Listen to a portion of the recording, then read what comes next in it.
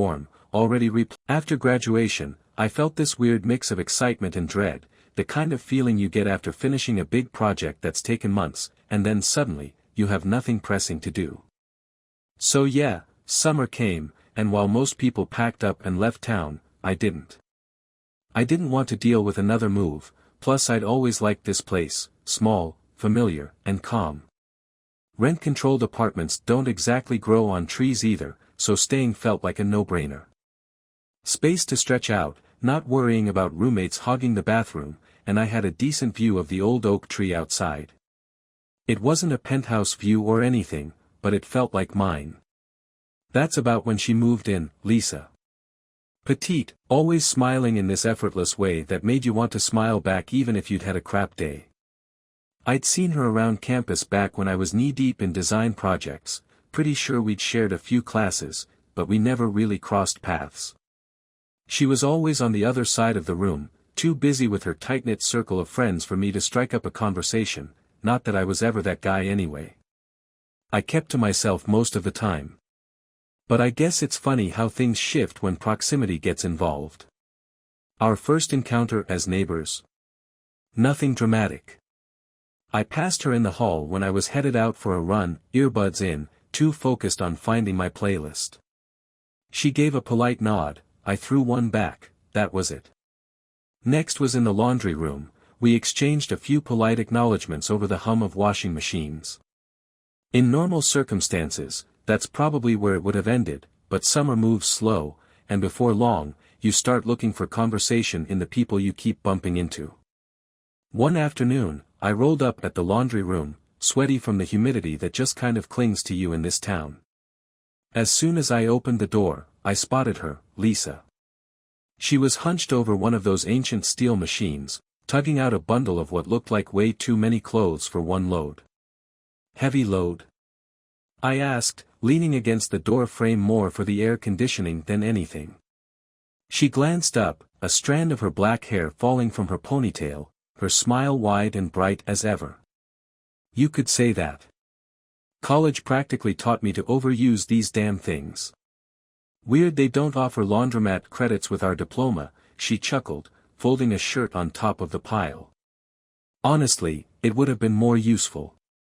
It was a simple conversation, nothing that should have lingered, but then, for some reason, we drifted onto Game of Thrones. Yeah, she brought it up, saying something about binge-watching it between classes to de-stress, and that's when I said it, the thing that made her eyes go wide, like I had confessed to ditching puppies on the side of the road or something. I've never seen it, I shrugged. Her folding stopped mid-motion. Wait, what? I nodded, stepping further in to grab a machine of my own. Everyone talks about dragons and politics. That's the gist, right? Lucky you, she said, still looking at me like I'd been missing out on the meaning of life. You get to experience it fresh. She paused for dramatic effect, oh, we should fix that.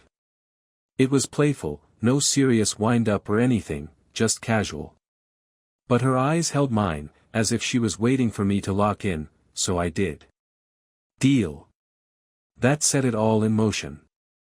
A few nights later, she's knocking on my door, holding a bottle of whiskey she clearly snuck past her RA. We'd pushed the couch closer to the TV screen, creating this little cocoon for ourselves. My apartment wasn't much, but it worked. It turned into our routine.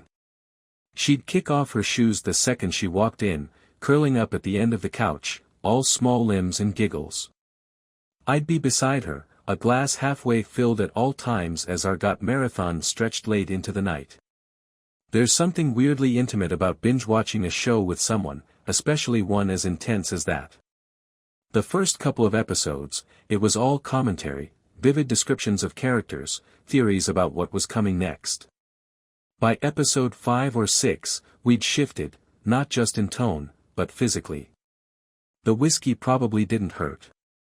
Lisa would start leaning into me whenever a particularly brutal scene aired, not jumping away or feeling awkward when her arm stayed there a little longer than usual.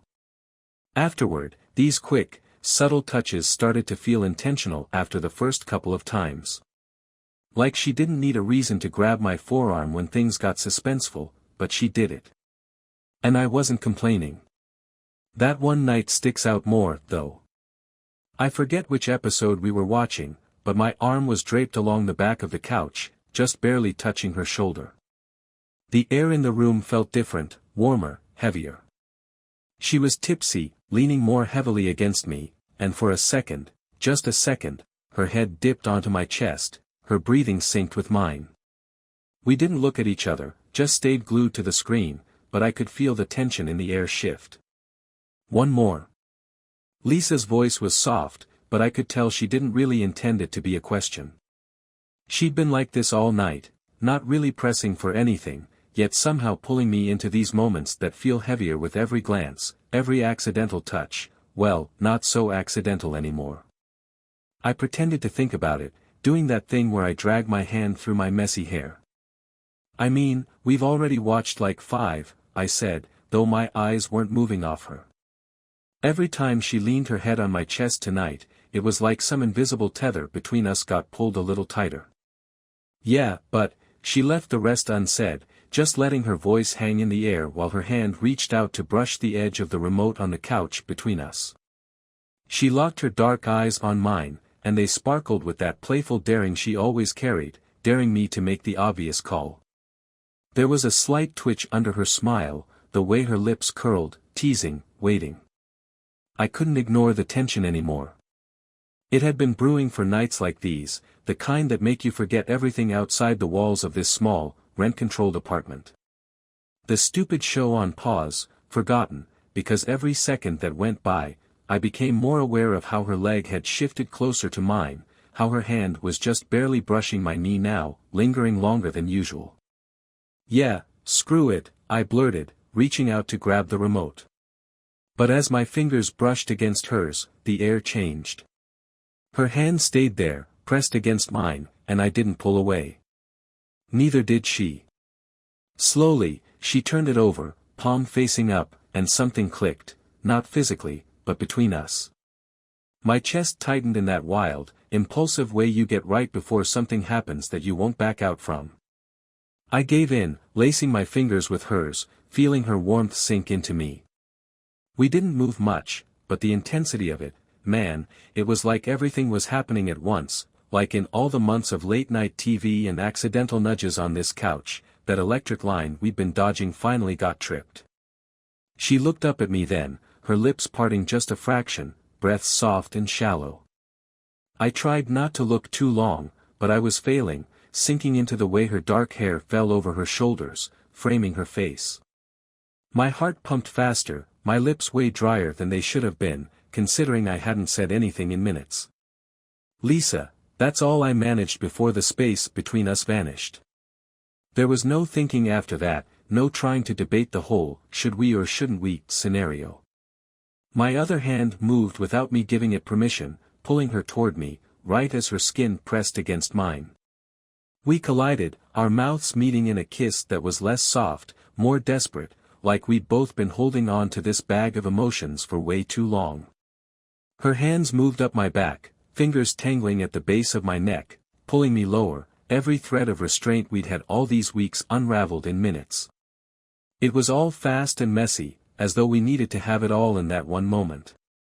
We barely made it to my room, clothes disappearing like they didn't matter, and honestly, maybe they didn't.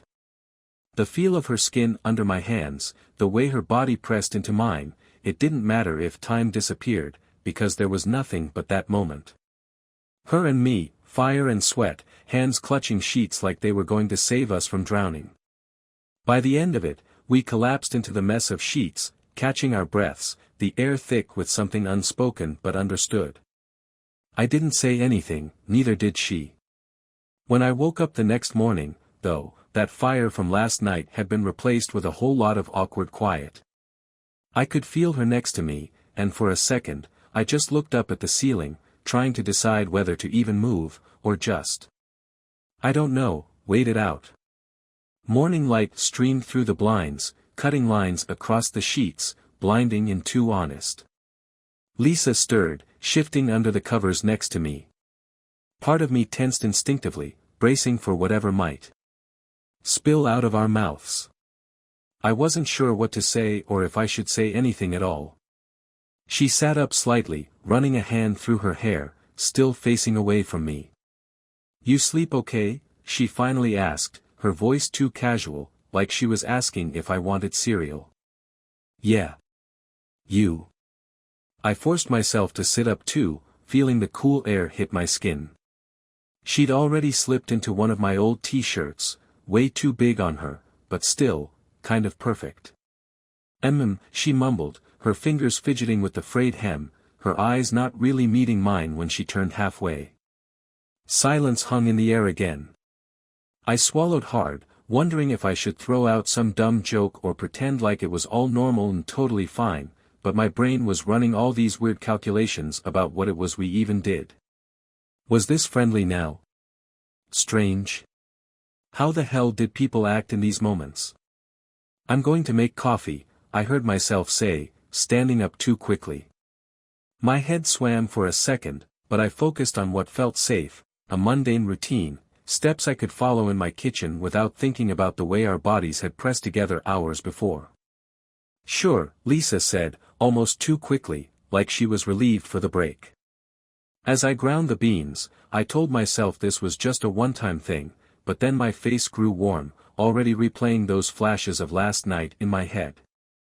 I could hear the soft shuffle of her feet behind me as she came into the kitchen, and that was when I knew pretending like everything was status quo, yeah, that wasn't going to work.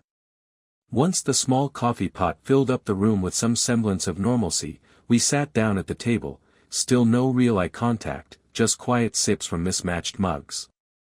There was tension, but neither of us was saying anything about it, not consciously avoiding stuff, just weird. Honestly, I expected Lisa to make some excuse to leave. Maybe that sounds cynical, but you know, she's got commitments. I'm scattered, people do this. They run away from things when they can't process them. But she stayed. We exchanged a few clipped words about the weekend, danced around last night like it hadn't happened. Later, when afternoon rolled around, the apartment felt too empty with her silence. I couldn't take it anymore.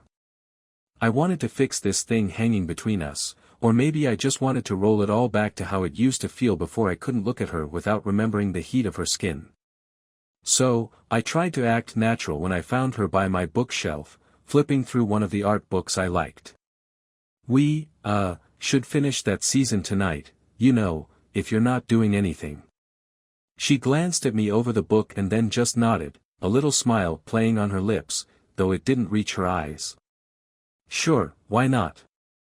Later that night, she showed up in one of her usual oversized shirts, but this time, something about the way it fell down off one shoulder, about the slight mischievous gleam in her eyes when she settled into the couch next to me, felt different. I wasn't imagining things, she was daring me to do something again, and I was game. The first hour or so of picking up where we left off with the show felt restrained, both of us caught between pretending it had been just a random thing and clearly wanting to tear back into what we'd started. Her fingers brushed against mine on the remote again, like déjà vu, only this time I didn't hesitate. I turned and caught her eye, reading the desire there. Our encounters devolved from there, just heat, a routine of her sprawled across my worn couch cushions, the spaces between us shrinking to nothing every time the first few notes of the theme song played. Some episodes we didn't even finish, making out, hands tangled in places that made me forget entirely what we'd even been binging. It was a blur of passion and reckless urgency, nights blurred together as the summer wore on, with our hands learning each other's bodies freely. It became familiar, the comfortable feel of her laughter echoing through my small space, quickly fading into gasps and hurried, unspoken exchanges that felt bigger than words.